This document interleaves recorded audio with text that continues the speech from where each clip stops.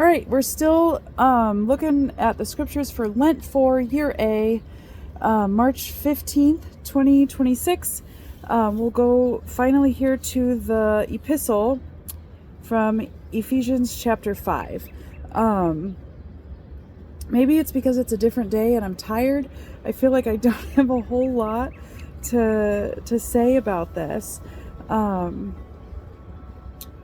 were formerly in darkness, but now you are light in the Lord.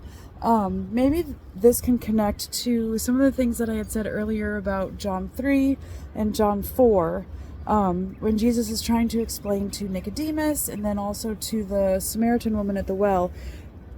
A whole paradigm shift is coming. Everything is going to be different because Christ comes into the world. Everything changes. Formerly, we were darkness. Now we're light. What's the difference? Christ. He came, he taught, he was crucified, died, descended into hell, rose again on the third day, and he has sent the Spirit. And now we have his Spirit living in us, and that changes everything. That's a huge shift from especially Old Testament times, where there was forgiveness through the sacrificial system, buying an animal and having the priest kill it and do stuff with the blood. But they were still darkness, because the light of the world hadn't come into it yet, and they couldn't receive that. So Paul tells us, now you're light in the Lord, so walk like it. Walk as children of light. Don't participate in the unfruitful deeds of darkness, but expose them. There are things that we are supposed to do and things that we are not supposed to do. Like I keep saying, are we going to become sin-free, sinless? No, of course not. But our main trajectory needs to be deeds of light, living as light because Christ is light. The fruit of the light consists in goodness, righteousness, and truth. And we need to try to learn what is pleasing to the Lord. How do we do that? Well, we need to go to his word.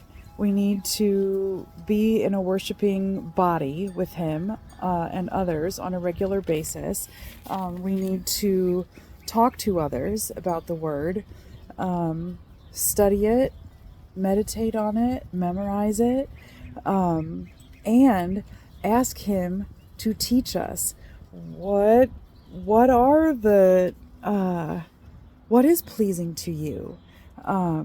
His word is very clear, but it sometimes can be difficult to know in a certain situation, what is it that he wants me to do? What would please the Lord right now?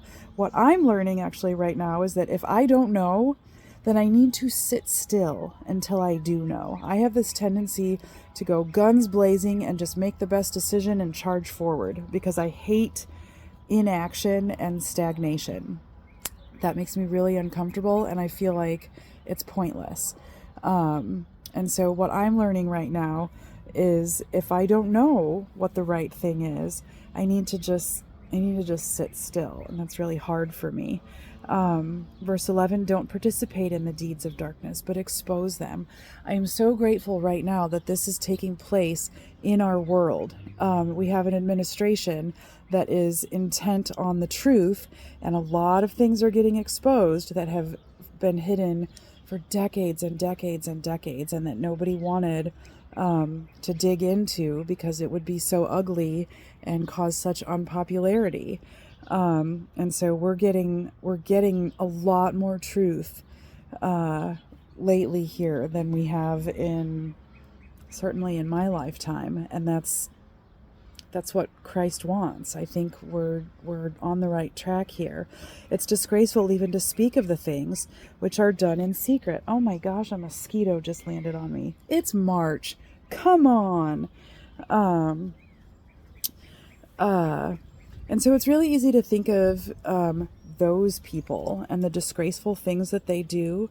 We're no less disgraceful. The deeds of our our darkness. I read recently somewhere about that each of us has mutiny in our heart. We want to overthrow the captain and run the ship ourselves. It's disgraceful to speak of the things that I do. I don't walk in the light a lot of the time. And so I have to go back to him and confess and ask for forgiveness and repent.